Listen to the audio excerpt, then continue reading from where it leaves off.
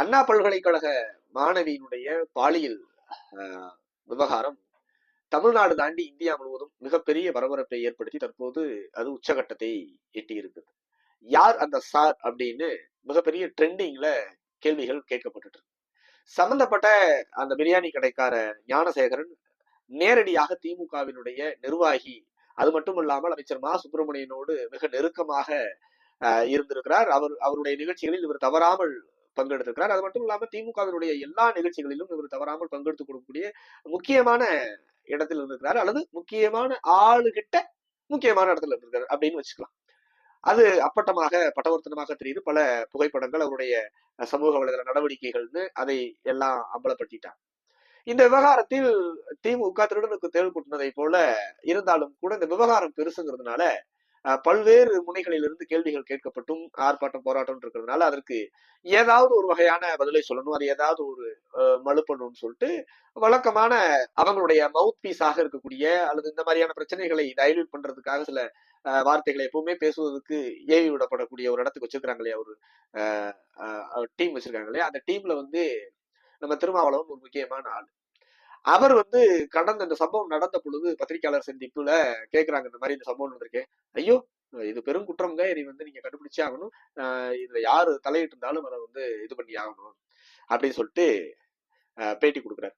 இப்ப அண்மையில ஒரு பத்திரிகையாளர் சந்திப்பு, அதே கேள்வி, இந்த மாதிரி சம்பவம் இன்னும் இதாகவே இருக்குது அப்படின்னு, அதே வாய், ஆனா பதில் வேற. என்னவா பதில் சொல்றாருன்னா, அதான் வந்து உடனடியா ஒரு குற்றவாளியை கண்டுபிடிச்சாச்சு, அதுக்கு சிறப்பு புலனாய்வு குழுவை நியமிச்சாச்சு, இனி வந்து அரசை குறை கூறுவதும் காவல்துறையை குறை கூறுவதும் நல்லதில்லை, அது வந்து அரசியல் செய்யற மாதிரி, அது அரசியல் செய்யறதுக்கு தான் உங்களுக்கு பயன்படுது, அது இன்னும் ஒருபடி மேல போய் அந்த பெண்ணுக்கு நீதி வாங்கி கொடுக்கணும் அப்படிங்கிற எண்ணத்தை விட அதை அரசியலாக்கணும் அப்படின்னு தான் நிறைய பேர் முயற்சி செய்யறாங்க அப்படின்னு ஒரு பல்ட்டி கிடையாது, அவருடைய வழக்கம், அவருடைய மரபு அதை காப்பாற்றி இருக்கிறார்.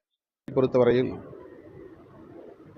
கைது செய்யப்பட்ட நபரையும் தாண்டி ஒரு சிலர் அதில் ஈடுபட்டிருக்கக்கூடும் என்ற சந்தேகம் வலுவாக உள்ளது. ஆகவே அரசு, குறிப்பாக காவல்துறை நேர்மையான முறையிலே புலன் விசாரணை நடத்தி குற்றவாளிகள் யாராக இருந்தாலும் அனைவரையும் கைது செய்து உரிய நடவடிக்கை எடுக்க வேண்டும். கைது செய்யப்பட்ட நபருக்கு உடனடியாக பிணை வழங்கக்கூடாது. அவரை சிறையில் வைத்தபடியே புலன் விசாரணையை முடித்து குற்றப்பத்திரிகையை தாக்கல் செய்து வழக்கு விசாரணையையும் முடித்து தண்டனை வழங்க வேண்டும் என்று விடுதலை சிறுத்தைகள் கட்சி வலியுறுத்துகிறது. குறிப்பாக யார் அந்த சார்னு எதிர்கட்சியினர்லாம் அதெல்லாம் சொன்ன அந்த மாதிரி ஒரு சந்தேகம் இருப்பதனால்தான் நேர்மையான புலன் விசாரணை தேவை. குற்றத்தில் ஈடுபட்டவர்கள் யாராக இருந்தாலும் அவர்கள் அனைவரும் கைது செய்யப்பட வேண்டும் என்று மீண்டும் வலியுறுத்துகிறது. பாதிக்கப்பட்ட பெண்மணிக்கு நீதி கிடைக்க வேண்டும் என்பதை விட இதை அரசியல் செய்து ஆதாயம் தேட வேண்டும் என்பதில் குறியாக இருப்பது ஏற்புடையதல்ல. சொல்லப்போனால் இது பாதிக்கப்பட்ட பெண்ணுக்கு எதிரான ஒரு நடவடிக்கை. எதிர்க்கட்சிகள், அதிமுக உள்ளிட்ட சில எதிர்க்கட்சிகள் இதனை தங்களின் ஆதாய நோக்கிலே கையாளுவது வருத்தம் அளிக்கிறது, அதிர்ச்சி அளிக்கிறது. அண்ணா பல்கலைக்கழக மாணவி விவகாரத்தில் உடனடியாக குற்றம் சாட்டப்பட்ட ஒருவர் கைது செய்யப்பட்டிருக்கிறார். அவர் தற்போது குண்டர் தடுப்பு காவலிலும் சிறைப்படுத்தப்பட்டிருக்கிறார். இந்த நிலையில் புலன் விசாரணையை நடத்துவதற்கென்று உயர்நீதிமன்றமும் சிறப்பு புலனாய்வு குழுவை அமைத்திருக்கிறது. இனிமேல் இந்த கேள்வியை எழுப்பக்கூடியவர்கள் சிறப்பு புலனாய்வு குழுவிடம் நேரடியாகவே எழுப்பலாம் அல்லது நீதிமன்றத்திடமே கோரலாம். தமிழ்நாடு அரசின் மீது அல்லது தமிழ்நாடு காவல்துறையின் மீது திரும்ப திரும்ப குற்றம் சுமத்துவது என்பது அந்த பெண்ணுக்கான நீதி கோரும் குரலாக இல்லாமல் தங்களின் ஆதாயத்திற்கான அரசியலாகத்தான் செய்கிறார்கள் என்பதை நாட்டு மக்கள் புரிந்து கொள்வார்கள். நாம இந்த இடத்துல இந்த வீடியோ பார்த்தோன்னே ஆத்திரம்னா ஆத்திரம், ஒண்ணு போராட துப்பில்ல, துணிவில்ல, முதுகெலும்பு இல்லைன்னா கம்முன்னு கடந்து போயிடும். கூட்டணியில எத்தனையோ பேர் இருக்கிறாங்க, எல்லாரும் இப்படியா முட்டு முரட்டு முட்டு கவுட்டுக்குள்ளையா கொடுத்துட்டு இருக்கிறாங்க, அப்படிலாம் கொடுக்கறது இல்லைல்ல, அப்படியே கொடுக்கணுங்கிற அவசியம் கிடையாதுல்ல. ஒரு கேள்வி கேட்கப்படுதுன்னா இன்னும் முழுமையான குற்றவாளி கண்டுபிடிக்கப்படல, அது அப்பட்டம். நிச்சயமாக இதில் யார் அந்த சார் அப்படின்னு இல்லாம யார் அந்த சார்கள் அப்படிங்கிற அளவுக்கு பல பேர் இதுல சம்பந்தப்பட்டிருக்கிறது பட்டவர்த்தனமாக தெரியுது. அந்த பெண் மிக உறுதியாக ஸ்டேட்மெண்ட் கொடுத்திருக்கிறாங்க. அதன் அடிப்படையில் சிறப்பு புலனாய்வு குழுவே அமைச்சிருந்தாலும் கண்டுபிடிக்கட்டுமே, கண்டுபிடிச்சு முடிக்கிற வரைக்கும் அது அரசின் பொறுப்பு தானே, காவல்துறையின் பொறுப்பு தானே. காவல்துறையும் அரசும் சம்பந்தப்பட்டிருக்கு தானே. தன்னுடைய கூட்டணியில் இருக்கக்கூடிய திமுகவில் அங்கம் வகிக்கிறோம், திமுக ஆட்சியில் இருக்குது, திமுக சேர்ந்தவர்கள் சம்பந்தப்பட்டிருக்காங்கிறதுக்காகவே கொஞ்சம் கூட மனசாட்சி இல்லாமல், நெஞ்சில ஈவு இறக்கம் இல்லாமல் நேரடியாக ஜனங்களுக்கு எதிராக பேசுவது என்பது என்ன மாதிரியான மனநிலை? அரசியல் செய்யறாங்களாம். அந்த பெண்ணுக்கு நீதி வாங்கி கொடுப்பதை விட அரசியல் செய்வது பெருசு நினைக்கிறாங்களாம். எப்பா உங்களை விடவா உச்சகட்ட கொரோனா இருந்த பொழுது நீங்கள் ஆடாத ஆட்டமா? ஏன் இந்த அனிதா அப்படிங்கிற ஒரு மாணவி நீட் விவகாரத்தில் தற்கொலை செஞ்சுக்கிட்டாங்க அப்படிங்கிற ஒரு விவகாரம் பெரிய சர்ச்சையாக இருந்தது. தன் சமூகத்தை சேர்ந்த சொந்த சமூகத்தை சேர்ந்த மாணவி, இவ்வளவும் அந்த மாணவி எனக்கு மெடிக்கல் கிடைக்கலன்னா பரவாயில்ல, நான் அக்ரி படிச்சுப்பேன் அப்படின்னு அவங்களே பத்திரிகையாளர்களை சந்திச்சு சொல்றாங்க. இவங்க பூதாகரப்படுத்துறத பார்த்து ராவோடு ராவாக அந்த மாணவியை டெல்லி வரை அழைத்து சென்று சித்திரவதை செய்து அந்த மாணவியிடம் கண்டதை எல்லாம் சொல்லி மண்டையை கழுகி மூளை செலவை செய்து அந்த மாணவி என்னென்னவோ பேச வைத்து அந்த மாணவியை உளவியல் ரீதியாக கிட்டத்தட்ட கொலை செய்து விட்டு மன ரீதியாக அந்த பெண் மாண்டு போனதற்கு சமமாக இங்கு என்ன செய்வது என்பதே தெரியாம கடைசியில அந்த பெண் இறந்து போனார். அந்த உடலை வைத்து, ஒரு மாணவியினுடைய உடலை வைத்து திமுக அதனுடைய கூட்டணி கட்சிகள் செஞ்ச அரசியலை விடவா கேவலமான அரசியல் இது? இதுல அந்த மாணவி, பாதிக்கப்பட்ட மாணவி நேரடியாக புகார் சொல்றார். என்னை பாலியல் துன்புறுத்துறதுக்கு ஒரு அடையாளம் தெரியாத நபர் ஆளாக்குறாரு. அப்படி ஆளாக்கும் பொழுது அவர் நிர்பந்திக்கிறாரு, நீங்க இவரோட இருக்கணும்னு நிர்பந்திக்கிறாரு. அந்த சார் யாருன்னு கண்டுபிடிக்கணும். அது தமிழகத்தினுடைய குரல்.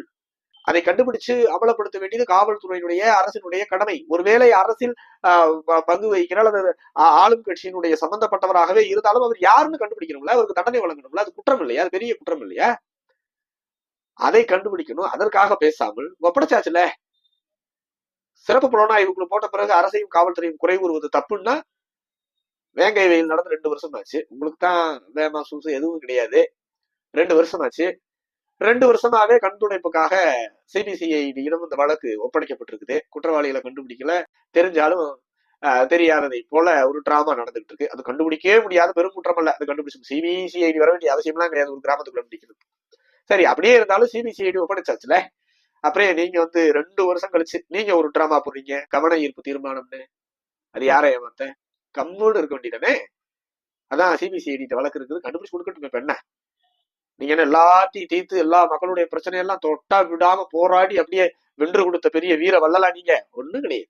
திமுக ஒப்படைச்சாச்சுன்னா சரி, தேர்தல் வரப்போகுது, அதையோட நிக்க வேண்டியதானே. தேவையில்லாம இதுல தலையிட்டு உங்களை கருத்து சொல்ல யார் சொல்லி கூட்டா? இதுக்கு முட்டு கொடுக்க சொல்ல வேண்டிய நிர்பந்தம் என்ன? நீங்களோடும் பிறந்த சமூகத்திற்கு மட்டுமல்ல, வாழ்ற ஒட்டுமொத்த சமூகத்திற்குமே நீங்கள் ஒருபோதும் நேர்மையானவராக இருந்ததில்லை, இருக்க போவதும் இல்லை. அது உங்களுடைய ரத்தத்திலே கிடையாது. அது எல்லாருக்கும், தமிழக மக்களுக்கு தெரியும், எல்லாருக்குமே தெரியும்.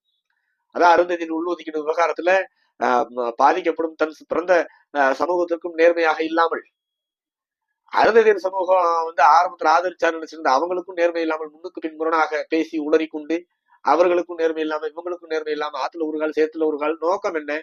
அந்த அற்ப பதவி. என்னவோ அந்த பதவியை வச்சு ஒரு அப்படியே போராடி வாதாடி மக்கள் பிரச்சனைகளை நட்டமா நிறுத்தி போடுறது போல ஒண்ணுக்கும் உதவாமல் அவ்வளவு பெரிய பதவியை உண்மையாகவே யாராவது உண்மையாகவே ஒரு முதுகெலும்புள்ள ஒரு நபரிடம், ஒரு தலைவரிடம் அந்த பதவி இருந்தால் உண்மையாகவே அந்த பதவியினுடைய மதிப்பு என்னன்னு தெரியும். அந்த பதவியால் என்னென்ன மாற்றங்களை தமிழகத்தில் செய்ய முடியும், சமூகத்தில் ஏற்படுத்த முடியும்னு தெரியும். ஒன்றுக்கும் உதவாமல் அந்த பதவியை வச்சுட்டு இவ்வளவு பெரிய பெருங்கொடுமை நடந்திருக்குது. இந்த சம்பவத்திலும் கூட திமுகவிற்கு ஒரு வலுக்கட்டாயமாக முரட்டு முட்டு கொடுக்க வேண்டிய அளவிற்கு என்ன உங்களுக்கு பெரிய கஷ்டத்துல இருக்கிறீங்க? என்ன பெரிய நீங்க வாழ்வாதாரம் மட்டும் இருக்கிறீங்க? இந்த பொழப்புக்கு யாராவது ஏதாவது சுருக்குன்னு சொல்லிட்டா, இப்படி பண்றீங்களேன்னு யாராவது சொல்லிட்டா உடனே நான் தலித்து, நான் ஒடுக்கப்பட்டவன், நான் தாழ்த்தப்பட்டவன், அதனாலதான் நான் பேசுனா உடனே இப்ப வரிஞ்சு கட்டிட்டு வராங்க அப்படின்னு கேட்கறவங்க மேல சேரவாரி பூசுறது. ஏதாவது கேள்வி கேட்டுட்டா தலித் கவசம், அம்பேத்கர் முகமுடி. அம்பேத்கர் இப்படியா இருந்தார்? அம்பேத்கர் பெயரை சொல்றதுக்கெல்லாம் ஒரு தகுதி வேண்டாமா? முதல்ல அம்பேத்கரை காப்பாற்ற வேண்டியதே உங்கள்கிட்ட இருந்துதான். இந்த அம்பேத்கர் முகமுடியை போட்டுக்கொண்டு பிறந்த சமூகத்தை ஏமாத்துறது, பொது சமூகங்களை ஏமாத்துவது, அந்த அடையாளம் வேணுங்கிறதுக்காக யாராவது ஒரு அடையாளம், அம்பேத்கருடைய அடையாளம், விளிம்பு நிலை மக்கள், ஒடுக்கப்பட்ட மக்களுடைய அடையாளம் ஒண்ணு திமுகவுக்கு வேணும். அவங்க சமூக நீதியை காப்பாத்துறதுக்கு ஒரு தலை வேணும்ல. அந்த மாதிரி ஒரு தலை தருதலன்னு ஒண்ணு வச்சுக்கிட்டு அவங்க மக்களை ஏமாத்துறதுக்கு உங்களையும், நீங்கள் மக்களை ஏமாற்றுவதற்கு அவர்களையும் மாத்தி மாத்தி மக்களை ஏமாற்றுகிற இந்த சதி திட்டத்திற்கு என்னன்னு எப்ப உங்களுக்கு எல்லாம் தண்டனை, என்ன மாதிரி தண்டனை கிடைக்கும் போதுங்கிறதெல்லாம் தெரியல. இருக்கிறது ஒரே ஒரு பிறவி. 100 முறை மீண்டும் மீண்டும் பிறக்க போவதில்லை. ஒரு முறை பிறந்திருக்கிறோம். ஒரு முறை மக்கள் நம்மை நம்புகிறார்கள். அப்படின்னு நீங்க 20-25 வயசு இளந்தாரி கிடையாது. இன்னும் 30-40-50 வருஷம் வாழ போறோம் அப்படின்னு பேராசை கொண்டு வாழ்வதற்கு. ஏகதேசம் நீங்களும் ஒரு வயதில் மூத்தவராக, முதியவராக வந்துட்டீங்க. இனி எஞ்சி இருக்கிற காலமாவது இந்த அற்ப சொற்ப பதவிகளுக்காக இல்லாம நம்பின மக்களுக்காக துளியாவது நேர்மையோடு, போராட்ட குணத்தோடு எதையாவது ஒண்ணு செஞ்சு கொடுத்துருக்கிறோமா, ஒண்ணு ஜெயிச்சு கொடுத்துருக்கோமான்னு தயவு செய்து யோசிச்சு பாருங்க. இன்னைக்கு வேங்கை வயல் மட்டும் அப்படியே இல்லை. கிட்டத்தட்ட மேலவளவு முரியச படுகொலை செய்யப்பட்டு 4 நூற்றாண்டுகளை கடந்து விட்டது. இன்னும் அங்க தீண்டாமையும் அப்படியேதான் இருக்கு. வேங்கை வயலும் அப்படியேதான் இருக்கு. மேலவளவு தீண்டாமையும் அப்படியேதான் இருக்கு. இடைப்பட்ட எல்லாம் அப்படியேதான் இருக்கு. சாதிய கோரங்களும் சாதிய ஒடுக்கு முறைகளும் வட தமிழகத்தில் அப்படியேதான் இருக்கு. நீங்கள் பிறந்த சமூகம் இன்னும் அதே சிக்கலில் தான் இருக்கு. 10க்கு இடஒதுக்கீடு என்கிற உரிமைக்கு ஆதரவாக கூட பேச உங்களுக்கு துப்பு இல்ல, தெம்பு இல்ல, திராணி இல்ல. அற்ப சொற்ப பதவிகளுக்காக தோழமை சுட்டல் என்கிற பேரில் ஒரு குடும்பத்திற்கு அடிமை சாசகம் எழுதி கொடுத்து விட்டு பிறந்த சமூகத்திற்கு எதிராக வாழ்ந்து இன்னும் எஞ்சியுள்ள காலத்துல என்னதான் செய்யப்படுறீங்க? இருக்கக்கூடிய கொஞ்ச காலத்திலாவது பிறந்த சமூகத்திற்கு நேர்மையாக இருந்து விட்டு போங்க. வாழ்க்கை என்பது ரொம்ப சின்னது. ஒரு மானுட வாழ்க்கை என்பது சக மானுடர்களுக்கு பயன்பெறும் வகையில் இருக்கும். ரத்தத்தை உறிஞ்சும் அட்டைப்பூச்சிகளுக்கும் மோசமாக அற்ப பதவிகளுக்காக இப்படி புரண்டு பேசி உங்கள் தனிநபருடைய வாழ்க்கைக்காக அந்த நம்புற மக்களுடைய எதிர்காலத்தையும் படுகொலியில் தள்ளுறது மாதிரியான பேச்சுக்களும் நடவடிக்கைகளிலும் இருந்து கொஞ்சமாவது மாறுங்க.